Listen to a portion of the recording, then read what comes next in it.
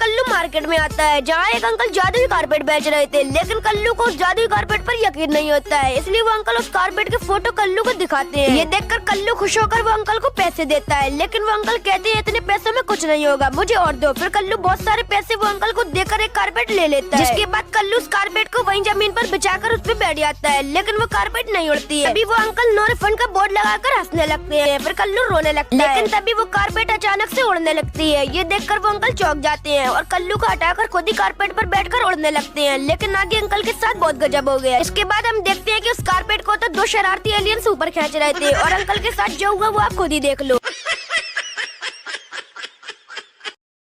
एक डॉक्टर का सवाल, टूथब्रश कितने समय बाद रिटायर किया जाता है? चाइनीज ने कहा 1 हफ्ते में, ब्रिटिशर ने कहा 1 महीने में और अमेरिकन ने कहा 3 महीने में। अब आई भारतीय की बारी। भारतीय ने बोला, डॉक्टर साहब इंडिया में तो टूथब्रश कभी रिटायर ही नहीं होता। डॉक्टर बोला, वो कैसे?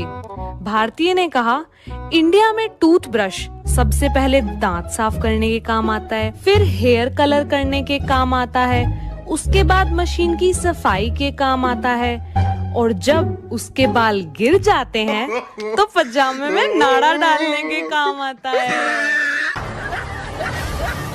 दोस्तों, एक सेठ अपने दोस्त के घर गया। दोस्त के घर खाना बहुत स्वादिष्ट बना था तो सेठ गले तक ठूस ठूस कर खा लिया, लेकिन जब वो अपने घर लौटा तो उसने देखा कि उसका नौकर खीर पका रहा था। अब सेठ को खीर की चिंता होने लगी। उसने सोचा मेरे पेट में तो जगह बची नहीं है, अब कहीं खीर नौकर ना खा ले। इसलिए सेठ ने एक प्लान बनाया। सेठ नौकर से बोला, आज हम दोनों भूखे सोएंगे, सुबह हम में से वही व्यक्ति खीर खाएगा जिसने सबसे अच्छा सपना देखा होगा। नौकर और सेठ दोनों सो गए। सुबह उठकर सेठ ने नौकर से कहा, मेरे सपने में एक आदमी आया था, उसने मुझसे कहा कि खीर पर बस तुम्हारा हक है, सुबह उठकर तुम सारी खीर खा लेना। यह सुनकर नौकर हंसने लगा। नौकर को हंसता देख सेठ बोला, अरे तू हंस क्यों रहा है? इससे अच्छा सपना तेरे बाप को भी नहीं आ सकता। नौकर बोला, मालिक मेरा सपना तो सुनो। मेरे सपने में आप डंडा लेकर आए थे और आपने मुझसे कहा जा खीर खा ले, नहीं तो सुबह खराब हो जाएगी। इसलिए मैंने तुरंत उठकर वह खीर खा ली और जो बची थी उसे कुत्ते को खिला दी।